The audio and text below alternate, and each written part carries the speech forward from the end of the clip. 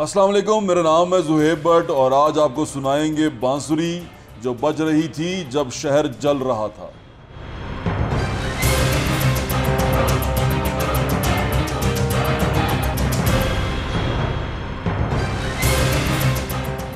आज का प्रोग्राम जो है वो असल में एक मगरिब से ली हुई कहानी पे है। उस कहानी को सुनना है आपने, जोड़िएगा मत कहीं, क्योंकि अब हम जब भी कहानी सुनाते हैं कहीं ना कहीं उसको जोड़ देते हैं। तो कहानी बड़ी मज़ेदार है, वेस्ट से है क्योंकि वज़ीर-ए-आज़म मगरिब को बहुत अच्छा समझते हैं, उनसे अच्छा कोई नहीं समझता। तो कहानी ये है कि रोम की सल्तनत में एक बादशाह था, इसका नाम था नीरू। नीरू भी कहते हैं लोग उसको, नैरो भी कहते हैं, नीरू, हम उसको नीरू कह रहे हैं अपनी अपनी ज़ुबान में जिस तरह उसको इस्तेमाल करते हैं आप। तो नीरू जो बादशाह थे उनके बारे में एक बड़ी मशहूर कहावत है। वो कहावत ये है कि रोम जल रहा था और नीरू बांसुरी बजा रहा था। ऐसा क्यों कहा जाता है? क्योंकि अब आ जाए मौजूदा हालात के ऊपर। 3 साल कारकर्दगी के बारे में आपने सब कुछ जान ही लिया। जब मैं अपने प्रोग्राम करता हूँ, जब मैं आप लोगों के पास जाता हूँ, आप लोगों से बात करता हूँ, दुनिया तो रो रही होती है। शायद खान साहब को ये नहीं पता कि आज के दिन, आज की तारीख में एक 100 रुपये में 2 किलो आटा नहीं आता। ये शायद खान साहब को नहीं पता क्योंकि वो 100 का नोट इस्तेमाल नहीं करते होंगे ना। चलें, इससे भी आगे आते हैं। खान साहब ने कहा कि भाई मुल्क में बहुत तरक्की हो रही है और ये तरक्की जो सी है ये बहुत ज़्यादा है और हमारा मुल्क बहुत आगे जा रहा है। यकीनन हम कोरोना की लहर से लड़ रहे थे, कोरोना की लहर में हम बहुत परेशान थे, लेकिन उसके बावजूद मुल्क का जो हाल है, मुल्क में जो सूरत हाल है, अगर हमारा लीडर उससे बेखबर रहे तो इससे बड़ी बदकिस्मती नहीं हो सकती। लोग सड़क पर आके दुहाइयाँ दे रहे हैं और यकीन माने मुल्क जो सा है वो जहाँ खड़ा था 2018 में, आज उससे बहुत नीचे गिर चुका हुआ है। लेकिन खान साहब कहते हैं हम तरक्की कर रहे हैं। मुझे ये समझ नहीं आती कि खान साहब के अपने अल्फाज हैं कि 1 रुपया अगर डॉलर के पीछे बढ़े तो हमारे ऊपर जो कर्जा है वो अरबों रुपए बढ़ जाता है। तो अब तो हम 60 रुपये ऊपर जा चुके हैं। अब 60 रुपये बढ़ जाएँ, 65 रुपये बढ़ जाएँ डॉलर की कीमत पर 2018 के मुकाबले में, तो सोचें कितने अरब रुपए हम ऊपर चले गए हैं। लेकिन ये तमाम बातें वो बातें हैं जो वहाँ उस तकरीब के अंदर, जो 3 साल की कारकर्दगी पर तकरीब हुई, उसमें जो गाने चल रहे थे उसके अंदर सुनाई नहीं दी गई। चले मैं आपको ये एक और बात सुनाता हूँ। इसी कहानी के अंदर कहानी है। वो कहानी ये है कि खान साहब ने नारा लगाया था कि मैं एहतसाब करूँगा। तो आज आप ज़रा देखें उन नारों के अंदर जो अभी भी 3 साल कारकर्दगी के अंदर खान साहब के प्रोग्राम में चल रहे थे नारे कि फ़लाँ चोर, वो चोर आज हैं कहाँ? चलें 1 बाय 1 करते हैं। मियाँ नवाज़ शरीफ को चोर कहा गया, कहाँ हैं वो आज? मियाँ शहबाज शरीफ को चोर कहा गया, कहाँ हैं वो आज? मरीम नवाज़ शरीफ को पकड़ा गया, कहाँ हैं वो आज? जरदारी साहब को चोर कहा गया, कहाँ हैं वो आज? ये सब के सब लोग आज पाकिस्तान की जेलों के अंदर मौजूद नहीं हैं। वो जिनको चोर कहा गया सब के सब बाहर हैं। और सब के सब से अगर आप ये तवक्को कर रहे हैं उनकी गलों से, उनके पेट से, जो हलक से पैसा निकाल के पाकिस्तान में आना था, जो मुराद सही साहब कहा करते थे कि उनके मुंह पे मारेगी, तो वो नहीं मारा उनके मुंह पे भी। तो 3 साल के बाद वो वाले नारे तो सारे के सारे गायब हो गए। फिर वो अंडे मुर्गियां कट्टे, वो भी सारे गायब हो गए। यानी कि ऐसा लग रहा है कि एक ऐसा हमारा लाडला हुक्मरान है जो कभी भी कुछ भी कह दे और हमारी मजबूरी है कि हमने उसके पीछे तालियां बजानी है। यकीन माने इस बार जो तकरीब हुई 3 साल की, उसमें जो बैठे हुए लोग थे उनके चेहरों की उदासी, उनके चेहरों की परेशानी वो हाल बयान कर रही थी जो वहाँ खड़े हुक्मरान को बांसुरी बजाते हुए नज़र नहीं आ रहा था। चलें ये शॉट हम इकट्ठा सुनते हैं और आप भी सुने, मैं भी सुनता हूँ। ये विंडोज़ में आपके साथ चल रहा है और मैं यहाँ सुन रहा हूँ इसको। मैं आपको बताता हूँ कि असल में हुआ क्या है इसके अंदर। गौर करते जाना मेरी बातों के ऊपर। आप वज़ीर आला पंजाब उस्मान बुज़दार, मैं जब भी वज़ीर आज़म ने वज़ीर आला पंजाब उस्मान बुज़दार का जो ही नाम लिया उन्होंने एकदम झुरझुरी सी ली। उन्होंने कहा ओह अब मेरे बारे में बात होने लगी है। Very nice. सरदार उस्मान बुज़दार बहुत मासूम आदमी है। सुने क्या कहा उन्होंने। इधर आता हूँ लाहौर में और आपकी प्रेजेंटेशंस लेता हूँ कि मुख्तलिफ एरियाज़ में आप क्या काम कर रहे हैं। समझे आप? जब भी लाहौर आते हैं प्रेजेंटेशन लेते हैं, भाई की कर रहे हैं तुम, तो वो क्या कर रहे हैं, वो क्या करते हैं, वो भी ज़रा सुने। जिस तरह आज मैं यहाँ आया हूँ और मुराद रास ने ये मुझे बड़ी डिटेल्ड तालीम के ऊपर प्रेजेंटेशन की, तो मैं हमेशा ये सोचता हूँ मुराद रास की तालीम पे जो प्रेजेंटेशन थी, आज का प्रोग्राम भी उस बारे में है। आज आपको बताएंगे कि तालीम के मैदान में ये क्या इनकलाब बर्पा करने वाले हैं और क्या इनकलाब लेके आए हैं। वो यकसा कौमी निसाब है क्या, उसके बारे में आगे प्रोग्राम में बात करेंगे। मुराद रास साहब ने जो इनकलाब बर्पा किया है वो भी आपको दिखाना है कि आपकी इतनी आप काम कर रहे हैं। समझ में आप कितनी काम कर रहे हैं? बहुत काम कर रहे हैं। जो जितनी काम वो कर रहे हैं वो हम आपको दिखा रहे हैं, सुनते जाएं। आपने वो काम किए जो कि पंजाब में क्या। अब यहाँ पर 1 मिनट मैंने रोका है, आप ज़रा देखें जो हमारे बड़े प्यारे चौहान साहब हैं, उनके चेहरे के तासुरात देखें, आप परेशान हो जाएंगे। ये वीडियो रोक के मैं आपको दिखा रहा हूँ कि आप उनके चेहरे के तासुरात देखें, आपको अंदाज़ा होगा कि बंदा परेशान है कि पायने की कही जा रहे हो, की हो रहा है, हो की रहा है, यानी कि वो आप देखते हैं ना, की हो रहा है यार, की सुन रहा मैं।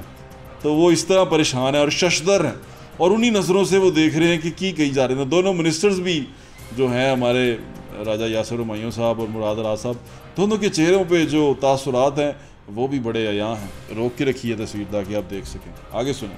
पाकिस्तान में और कोई सूबा नहीं कर रहा, लेकिन किसी को पता ही नहीं है।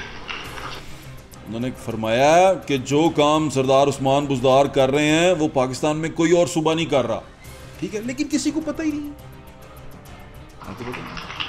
किसी को पता ही नहीं चलता कि आप क्या कर रहे हैं। लोग कहते हैं जी पंजाब तबाह हो गया, पंजाब में तो बर्बादी आ गई। शुक्र है लोग कहते हैं उनको कि पंजाब तबाह हो गया, पंजाब में बर्बादी आ गई, लेकिन किसी को पता नहीं है वो कर क्या रहे हैं। Nobody nose. मेरे ख्याल से खान साहब को भी नहीं पता कि वो क्या कर रहे हैं, लेकिन वो कुछ कर रहे हैं। वो प्रेजेंटेशन जो देते हैं, वो जितनी काम वो कर रहे हैं तो खान साहब को पता है, लेकिन उनको लोग कहते हैं कि कुछ नहीं कर रहे हैं। खुदा दा वास्ता है, कुछ नहीं कर रहे हैं, लेकिन और वो उसकी वजह ये वजह सुन लें कि अच्छे कामों में आप अपना नाम सामने लाना ही नहीं चाहते। वाह वाह वाह, अच्छे कामों में वो अपना नाम सामने नहीं लाना चाहते। यकीन माने फिरदौस मार्केट का अंडरपास बना है, और उस अंडरपास से कोसों दूर, 1 किलोमीटर दूर उन्होंने अपनी फट्टी लगाई है। फट्टी नहीं लगाई, पूरा यादगार बनवाया है वहाँ पे, और उसके ऊपर बहुत बड़ा सरदार उस्मान खान बुज़दार लिखा है। इन्होंने तो बस चले थे ऐ साढ़े मत्थियां ते उस्मान बुज़दार लिखा देन।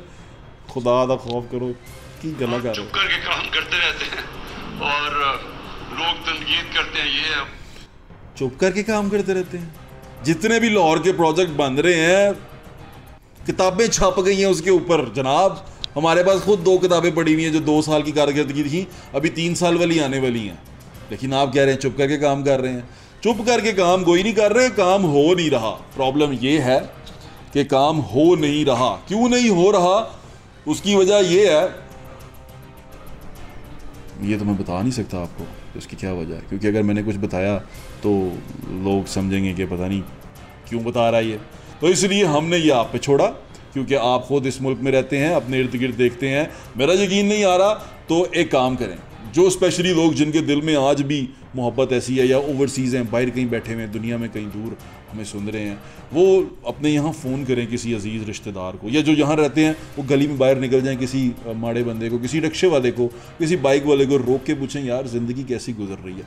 ये सवाल आपने पूछना ज़रूर है कि यार ज़िंदगी कैसी गुजर रही है। सारे सवालों का जवाब मिल जाएगा, सारी कारकर्दगी नज़र आ जाएगी। खान साहब के इर्द गिर्द जितने भी वो गार्ड्स हैं ना उनके, उनमें से किसी को प्यार से बिठाएं अपने पास, थोड़ा सा खाना खिलाएं और उससे पूछ लें यार ज़िंदगी कैसी गुजर रही है, वो सारा कुछ दस देगा उनको।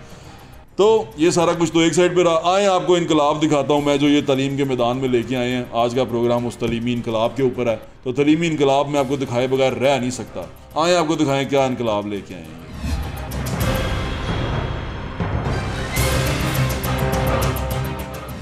जी नाज़रीन, आप तालीम के मैदान में जो इनकलाब बरपा हुआ है उसके पोस्टर और बैनर जो उनसे हैं लाहौर की सड़कों पर देख रहे होंगे। वज़ीर-ए-आज़म कुछ दिन पहले लाहौर आए थे और उन्होंने बहुत सारी जगहों पे इफ्तिताह भी किया बहुत सारी चीज़ों का, और उन्होंने जिस चीज़ का क्रेडिट लिया और जिसका उन्होंने कहा कि ये तालीम की दुनिया में इनकलाब आ चुका है, वो यकसा तलीमी निसाब के बारे में उन्होंने बात की और उन्होंने कहा कि हर बच्चा जो उनसे है वो एक जैसा निसाब पढ़ेगा। और ये मेरा ख्वाब था जो मैंने आज ख्वाब पूरा किया। और पाकिस्तान तहरीक इंसाफ के बहुत सारे लोग इसका क्रेडिट ले रहे हैं कि देखें हमने यकसा तलीमी निसाब एक जैसा कर दिया। वो है क्या, उसके बारे में बात करेंगे। लेकिन प्राइम मिनिस्टर साहब ने एक और चीज़ को तारीखी संगे मील करार दिया। उन्होंने कहा कि मैंने जो ये ग्रीन पाकिस्तान की बुनियाद रखी है और ग्रीन पाकिस्तान की तरफ आया हूँ, ये एक तारीखी कदम है और इससे पहले कभी किसी ने ऐसा नहीं किया। बिल्कुल ठीक कहा उन्होंने, क्योंकि इससे पहले हम इतना तबाही के दहाने तक नहीं आए ग्लोबल वार्मिंग में जितना अब हम आ चुके हुए हैं। और जितनी मौसमी तब्दीलियाँ अब रूनमा हो रही हैं इससे पहले नहीं हुई। तो इस वक्त ये वक्त की ज़रूरत भी थी और ये किसी भी वज़ीर-ए-आज़म को इस वक्त करना चाहिए था। इमरान खान साहब ने किया, इसके ऊपर वो मुबारकबाद के मुस्तहिक़ हैं। लेकिन जो यकसा तलीमी निसाब की उन्होंने बात की और तालीम के मैदान में जो इनकलाब की बात की, वो पिछली दफ़ा भी हमने प्रोग्राम किया था, अभी भी किया था। हमें वो चीज़ थोड़ी सी फंस गई है, खटक गई है। वो खटक इस तरह गई है कि फरमाया हमारे वज़ीर-ए-आज़म ने कि यकसा तलीमी निसाब का मतलब जो उनके प्यार करने वाले हर जगह पे करते रहे और वो कहते रहे कि जी इमरान खान ने वो पूरा कर दिया, गरीब और अमीर का बच्चा एक जैसी किताबें पढ़ेगा। तो मैं बड़ा खुश हुआ उस पर। मैं कहा यार ये तो बहुत अच्छा हो गया, यानी कि जो बच्चे 25,000 फीस दे के पढ़ते हैं किसी स्कूल में महीने की, वो मुफ्त स्कूल में यानी कि 100 रुपया 150 रुपया किसी सरकारी स्कूल में दे रहे हैं, वो भी वही तालीम हासिल करेंगे जो वो करेंगे। लेकिन पिछली बार हमें एक चीज़ को बड़ा क्लियर कर दिया परवेज़ अख्तर साहब ने, जो हमारे CEO एजुकेशन है। उन्होंने कहा कि नहीं भाई इसका मतलब ये नहीं है, इसका मतलब ये है कि तुमने जो हम अप्रूव करेंगे, जो बुक्स जो हुकूमत अप्रूव करेगी वही सब स्कूलों में पढ़ाया जाएगा। मैंने उनसे पूछा कि अगर अप्रूव करती है तो पहले हुकूमतें क्या अप्रूव नहीं करती थी? उन्होंने कहा पहले भी करती थी लेकिन अब कुछ ज़्यादा अप्रूव करेंगी। हम उसमें कंफ्यूज हो गए।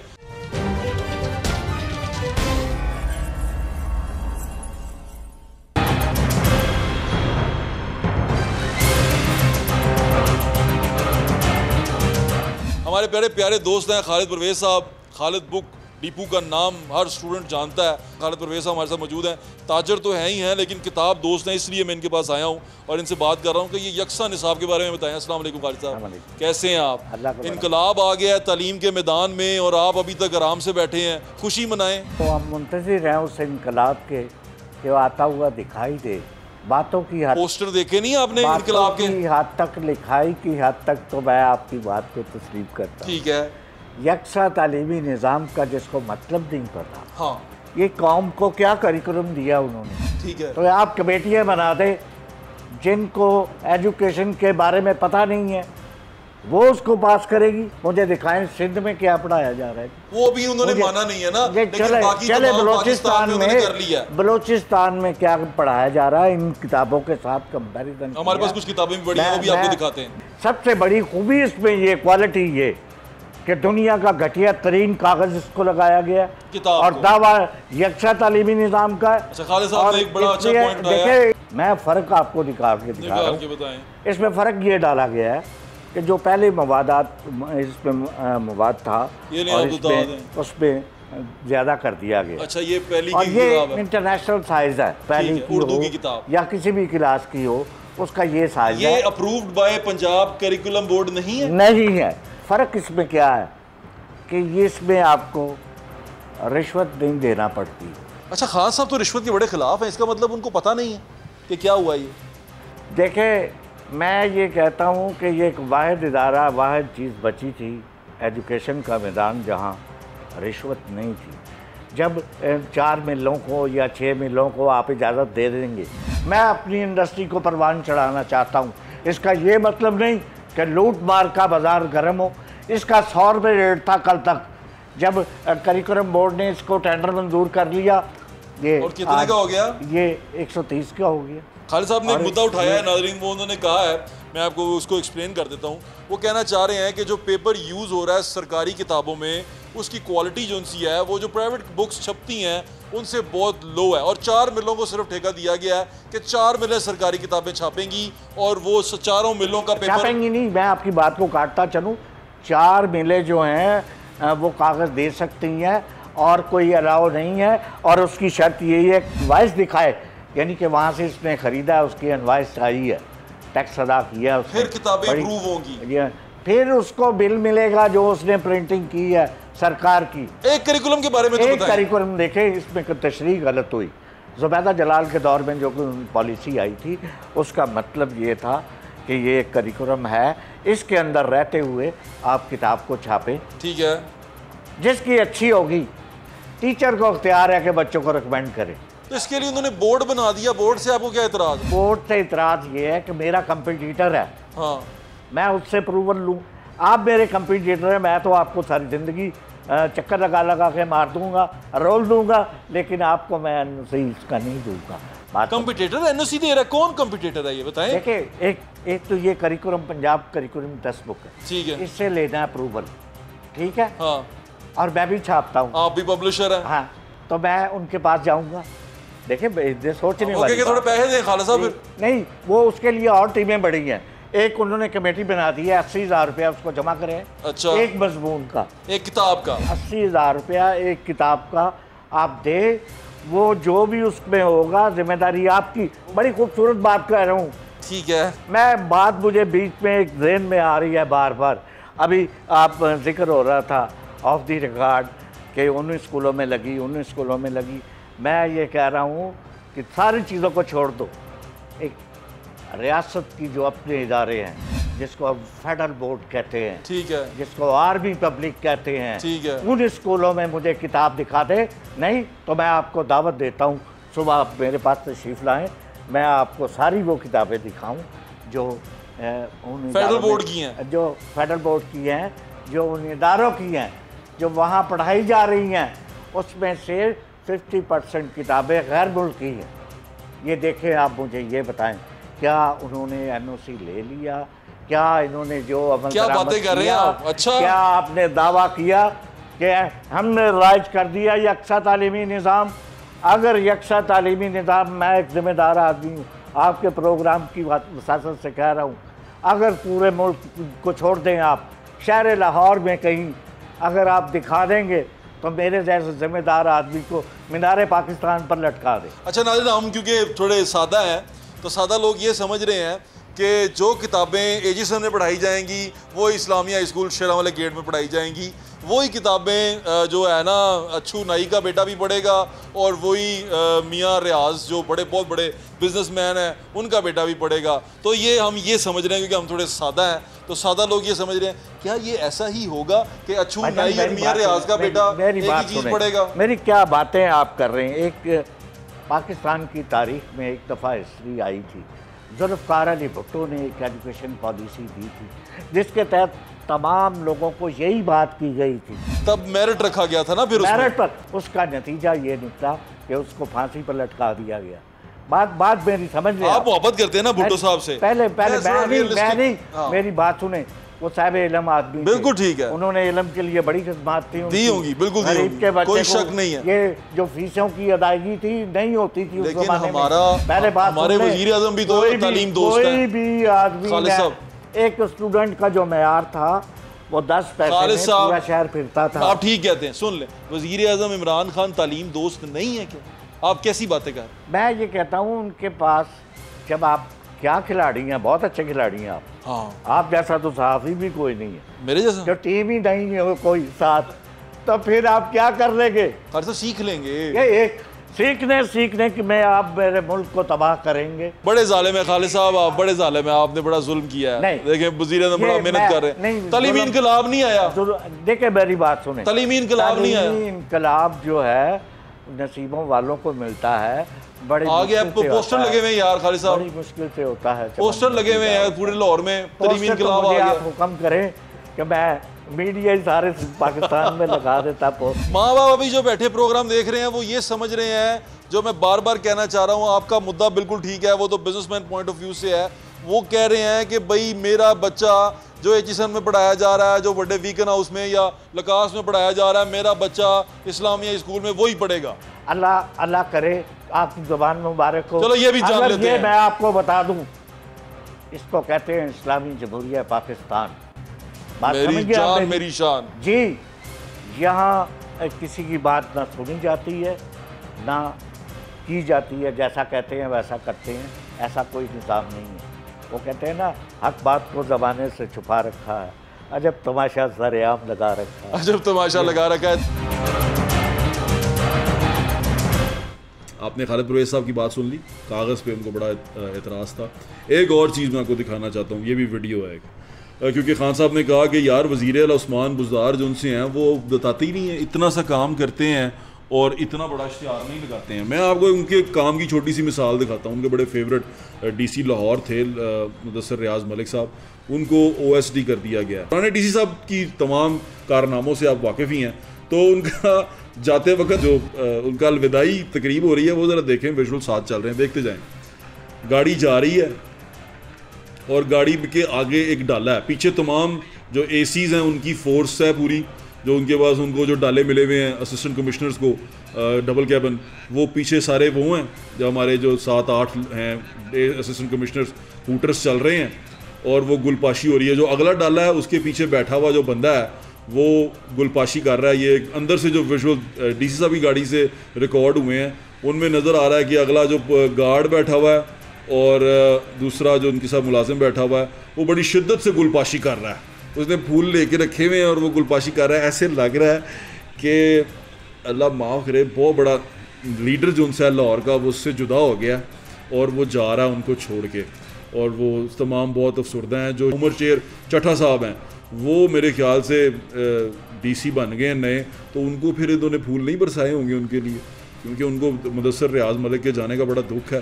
फिर एक वीडियो एक और है, वो वीडियो आप देखें जिसमें गुलपाशी हो रही है, गाड़ी पे हो रही है और लोग कर रहे हैं, यानी कि ये 2 लोग हैं जो थ्रू आउट गाड़ी से, और ये पुलिस वाला और ये जो उनका मुलाजिम है पर्सनल, वो लिफाफे लेके आए हैं। पुलिस वाला तो बड़े ज़ोर शोर से अपने असिस्टेंट कमिश्नर पे भी फूल फेंक रहा है, वो अपने पुलिस वाले भाई पे भी फूल फेंक रहा है, यानी कि फूलों की ये वो अपने भाई पे फूल फेंकी जा रहा है। कमाल हो गई है। और प्राइम मिनिस्टर कहते हैं कि यार ये अपने काम की तारीफ नहीं करते बुज़दार साहब। वही उन्होंने DC मान नहीं गा, बुज़दार साहब की बात करते हैं। मैं वही तो कह रहा हूँ, बुज़दार साहब का बस चले वो सारे लाहौर दे बंदे हर बच्चे दे मत्थे ते उस्मान बुज़दार लगा दें। कमाल बातें करते हैं आप। आए आगे प्रोग्राम जारी रखते हैं।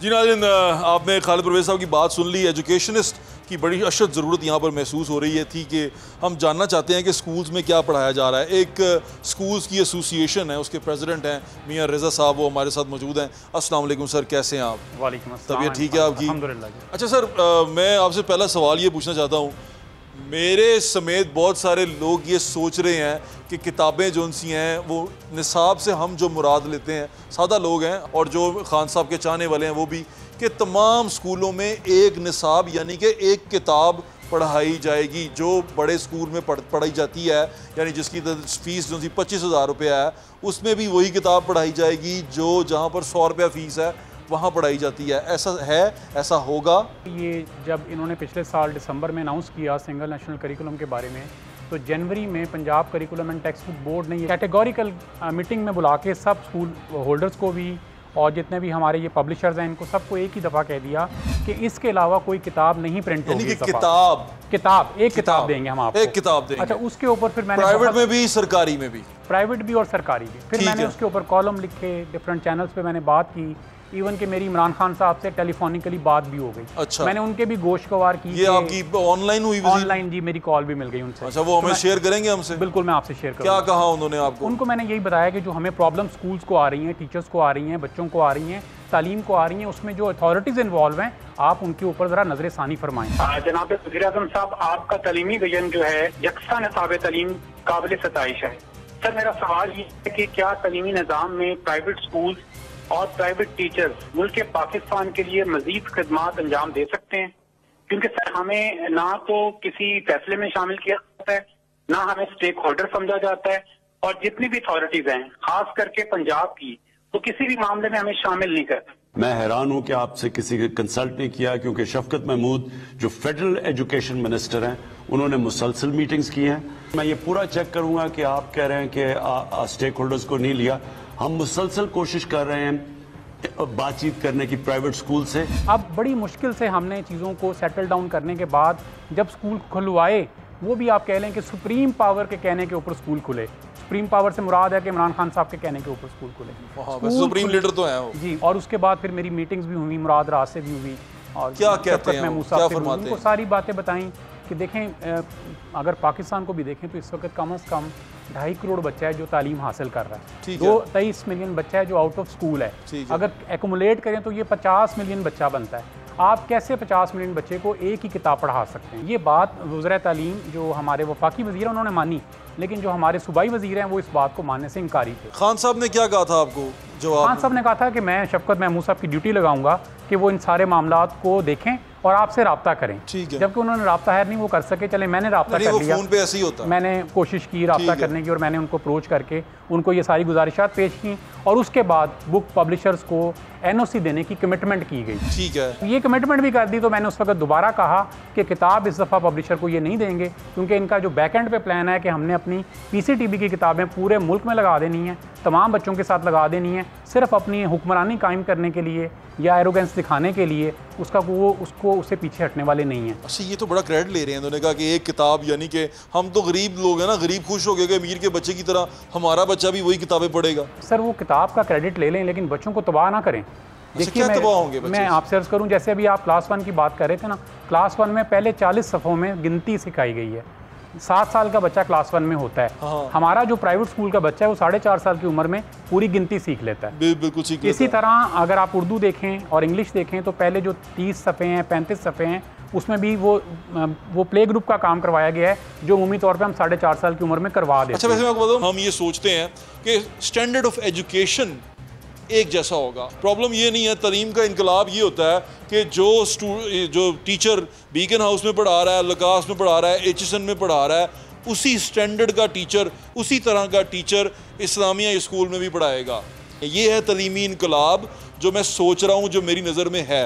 लेकिन आपने जो तालीमी इनकलाब का अभी तशरीह किया है वो तो कुछ और है। ये जो हमारा पास्ट गुजरा है वो तो बहुत मुश्किल गुजरा है। अब आके जब बुक्स आ गई हैं, इस सूरत हाल में भी बच्चों के लिए भी बहुत सारे मसाइल हैं। जैसे मैं अगर आपको इन बुक्स को अभी लगाने की जो चंद प्रॉब्लम्स आपके सामने लेके आऊँ ना, ये जो एक क्लास की बुक है उसमें उम्मी तौर पर 3 या 4 किताबें लगनी हैं।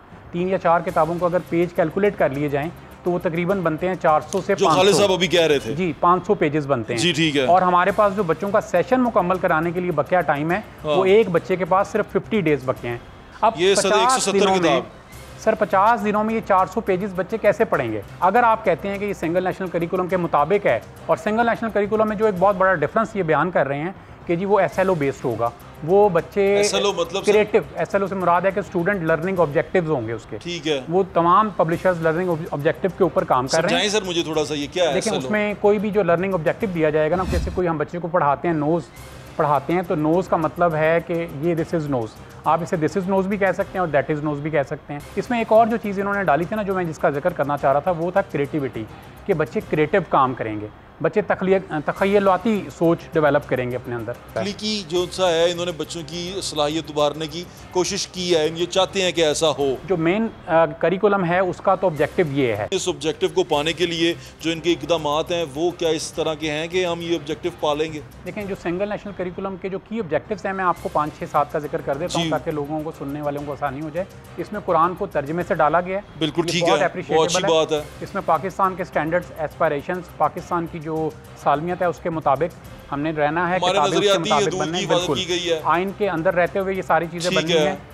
21st सेंचुरी की स्किल्स डाली गई हैं, टीचर्स की ट्रेनिंग, असेसमेंट सिस्टम, ये इंटरनेशनल स्टैंडर्ड के मुताबिक अलाइन किया गया है। बिल्कुल ठीक है। इसके अलावा इंटरनेशनल कमिटमेंट्स के साथ इसको अलाइन किया गया है। इसका मतलब इनकलाब आ गया है। इसके साथ एक और बड़ी इंपॉर्टेंट चीज़, ये पहले नहीं था ऐसा?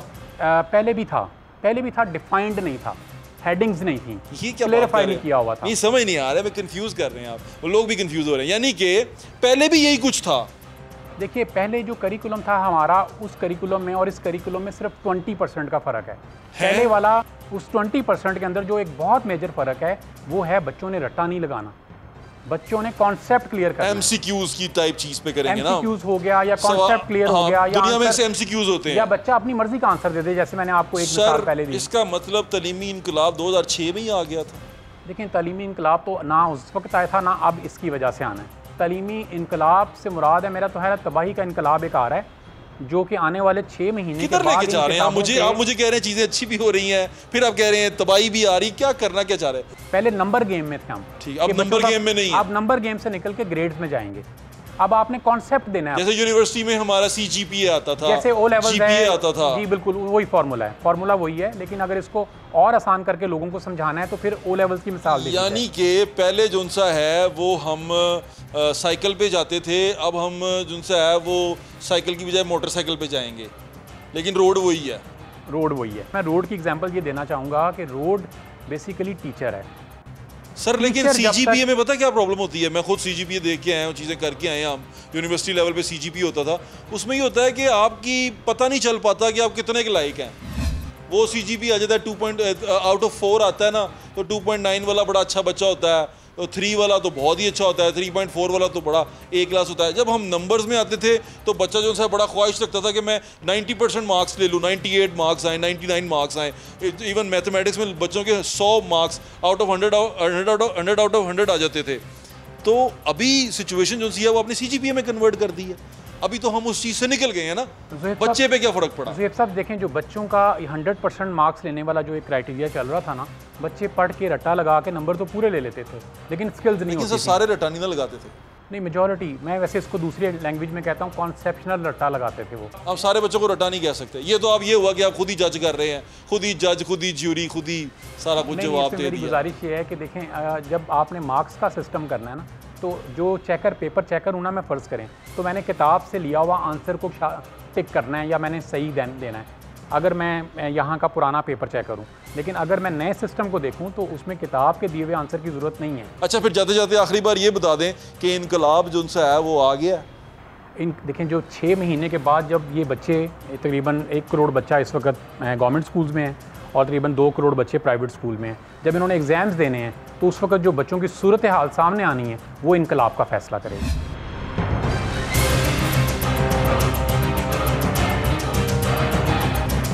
ये मेरे हाथ में यकसा निसाब की पहली जो है कड़ी वो आ गई है। ये जो सी पहली जमात है, अव्वल जमात का, ये मेरे पास उर्दू की किताब है। और अगर उर्दू की किताब आप खोलें और उसमें जब आप आएँ, अलिफ अनार, अलिफ मद्दा से आलू, बे से बटन, यानी कि बटन उर्दू का लफ्ज़ है और बटन, बे से हम बकरी पढ़ते आए हैं, लेकिन यहाँ से बे से बटन है। पे से परी है, पे से पंखा था, ते से तवा है, टे से ट्रक है।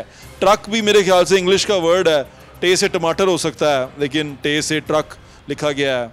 सीन से समर है, जीम से जहाज है, चे से चपाती है, हे से हजाम है, खे से खताई है, दाल से दवात है।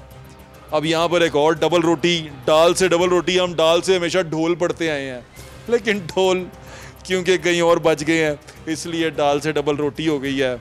जाल से ज़ख़ीरा है, रे से रबड़ है, रे से पहाड़ है, जे से ज़ुबान है, से साला ज़ाला बारी है, सीन से सड़क है, सड़क अलग होनी नहीं चाहिए, सीन से कुछ और भी बन जाता है, लेकिन शीन से शकरगंदी है, स्वाद से साबुन है, ज़ुआद से बाबा जी की फ़ोटो बनाई हुई है। गैस खुद ही करेगा बच्चा कि ज़ुआद से ज़मीर साहब हैं या ज़ईफ़ आदमी है, तो ज़ईफ़ आदमी है यहाँ पे। तोएं से तश्तरी है, ज़ोएं से ज़रूफ़ है, आइन से असा है। अब असा बड़ा मुश्किल है, हम आइन से ऐनक पढ़ते आए हैं, लेकिन यहाँ पर असा कर दिया गया है उसको, बड़ी अच्छी बात है। गैन से गुब्बारा है, फ़े से फ़्रॉक है, फ़्रॉक दोबारा एक इंग्लिश का वर्ड है, और फ़े से फ़्रॉक्स, फ़े से फवारा पढ़ते आए हैं हम। काफ से कलम है, काफ से कबूतर है, और काफ से गधा है। गधा समझ गए ना आप? लाम से लगाम है, जो गधे को डाली नहीं जा सकती, सिर्फ घोड़े को डाली जा सकती है, इसलिए गधा बेलगाम होता है। मीम से मटर है, नून से नमक है, वाव से वरक है, हे से हिरन है, आइन से हमजा से चाय है, आगे बहुत कुछ है। अब ये तमाम चीज़ें आपके सामने हैं। ये वो यकसा निसाब है जो आपके बच्चे जाके पढ़ेंगे। मैंने तो सिर्फ शुरू का एक सफ़ा पढ़ा है, उसके बाद परेशान हो गया हूँ। जमात का टाइम बड़ा थोड़ा रह गया है। हमारे जो मोजिज़ गेस्ट थे उन्होंने अपना अपना मुद्दा उठाया है। खालिद साहब ने कहा है कि अब जो ये करिकुलम बोर्ड है ये भी डिसाइड करेगा कि कार्ड कहाँ से लिया, ये सफ़ा कौन सी कंपनी से आया, किस पेपर मिल से आया, ये भी हम आपको बताएंगे। उन्होंने अपना बिजनेस पॉइंट ऑफ व्यू से एक पॉइंट आपके सामने रखा। जो एजुकेशनिस्ट थे हमारे, वो हमें बता रहे थे कि ये तो पहले से चलता आ रहा है, इसमें 20% चेंज आया है। अब हम ऑब्जेक्टिव स्टडी करेंगे। ऑब्जेक्टिव स्टडी दोबारा आपके टीचर्स पे बेस करती है और आपके टीचर्स को सिखाने की ज़रूरत है। उस्तादों का उस्ताद होना बड़ा ज़रूरी है। अगर आप तालीम के मैदान में कोई इनकलाब चाहते हैं, किताबें गधे पे लाद देने से गधा स्कॉलर नहीं हो जाता। किताबें पढ़ाई जानी चाहिए, जैसी मर्ज़ी पढ़ाएं, जिससे बच्चे पढ़ के मुल्क का, कौम का नाम रोशन करते हैं, ना कि टिकटॉक बना के मुल्क की बदनामी का सबब बनते हैं। अपना ख्याल रखें। मुझे इंशाल्लाह फिर मुलाकात होगी। अल्लाह हाफ़िज़। पाकिस्तान जिंदाबाद। अस्सलाम वालेकुम, मेरा नाम है ज़ुहैब भट्ट और ये है तेज़ी से वहीं पे खड़ा हुआ बहादराबाद बनाम सरकार। यहाँ पर एक दफ़ा पहले भी आ चुके हैं और यकीन माने पहले से सूरत हाल ज़्यादा ख़राब है। लेकिन पहले ये गटर बंद था, सिर्फ उबल रहा था। बगले की बारी है। ये क्या गंद डाला हुआ? मुकना ही नहीं गंद। बेटे इतने गंदे इलाके में रहते हैं आप। सुबह स्कूल जाते हैं, इतना पानी आता है यहाँ से। जो ठंडे कमरों में बैठ के कहते हैं ना कि विजन को हम आगे लेके चल रहे हैं, उनका विजन एक दफा यहाँ ला के खोल दें। वाह चाचू, दुनिया सारी साइड तक लोती भी चलांग रहे तुसी। लो जी, ये बड़ा मुश्किल मरहला है। वो जेड़ा बंदा गाने गा गया सी, वो आया नहीं वापस। नहीं, वो गुलूकार बन गया। लो कौन बचाएगा पाकिस्तान, इमरान खान। तालियां बजाओ। बोलो कौन बचाएगा पाकिस्तान। पता नहीं कौन बचाएगा। आपने किसको वोट डाला था? इमरान खान को डाला था ना कि नया पाकिस्तान। नया पाकिस्तान ने तबाह कर दिया हमें। हम ऐसे नए पाकिस्तान भेजते हैं, ऐसे वज़ीर आज़म पर भी होते हैं, उनके ये हालात हैं। माशाल्लाह टीवी ते देखी था ते माशाल्लाह तुसी गरीबां दे हक च बहुत अच्छे है जी। जो सबसे सस्ता मुल्क वो आपका पाकिस्तान है। हाँ साहब ठीक कहते हैं, बड़ा सस्ता है पाकिस्तान ना। जो न्यूयॉर्क में रहते हैं उत्थे आके घर ले लो। बच्चे का हाल देखो, ओए डिग जाएगा। यहाँ पर हमारे साथ आए थे वाइस चेयरमैन वज़ीर आला शिकायत सेल, यानी कि ये वो शख्स हैं जो वज़ीर आला पंजाब का कान भी हैं। कान को जब हम गटर के पास ही ले आए तो कान को तो बातें पहुँचा देनी चाहिए थी, लेकिन फिर भी नहीं सुन सका। बुज़दार के लिए एक स्पेशल रिक्वेस्ट आई है। जब हम कोई हमारा प्यारा अल्लाह ना करे फौत हो जाए तो बुज़दार साहब से मेरी रिक्वेस्ट है, एक दफ़ा जनाजे में शिरकत जरूर करें। एक दफ़ा आओ बुज़दार साहब, क्रूज़र ही ले आओ अपना। हाँ जी।